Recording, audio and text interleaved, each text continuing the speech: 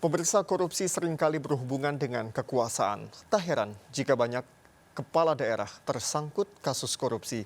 Sebagai pemilik kekuasaan tertinggi di daerah, tak jarang kewenangan kepala daerah justru bertentangan dengan aturan hukum.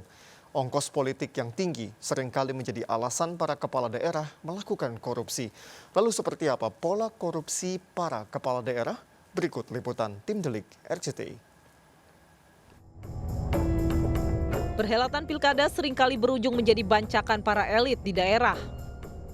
Kepala daerah seperti gubernur, bupati maupun wali kota yang merupakan produk demokrasi sayangnya justru tersandera perilaku korup dan abai terhadap kepentingan masyarakat. Perilaku korupsi yang terus dipertontonkan kepala daerah seolah memiliki korelasi dengan sistem politik berbiaya tinggi.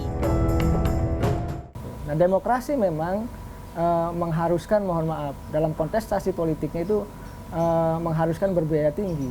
Oleh karena itu ketika bersaing mereka menghabiskan miliaran untuk bisa menang.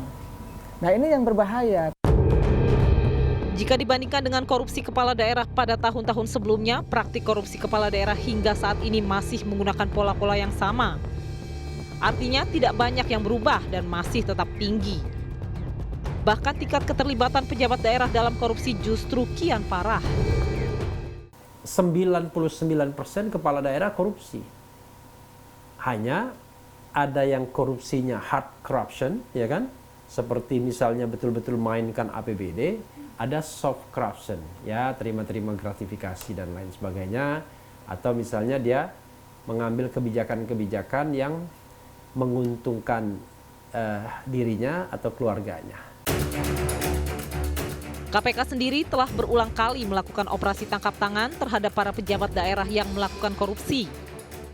Namun hingga kini kasus kepala daerah terjerat korupsi terus berulang.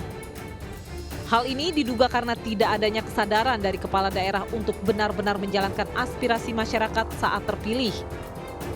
Dan hanya mengejar keuntungan pribadi maupun kelompoknya. Kepala daerah itu kekuasaan, ya, sekaligus amanah sebenarnya.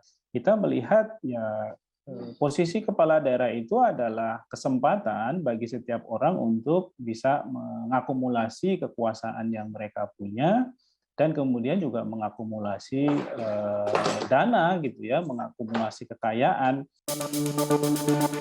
Sistem pemilihan kepala daerah perlu dievaluasi agar tidak lagi menjadi ajang para elit daerah menumpuk kekayaan dan lupa pada janji kampanyenya untuk menyejahterakan masyarakatnya. Namun tak kalah penting, semua pihak harus memastikan hanya calon kepala daerah yang berintegritas dan bermental bersih sajalah yang boleh maju dalam pilkada mendatang.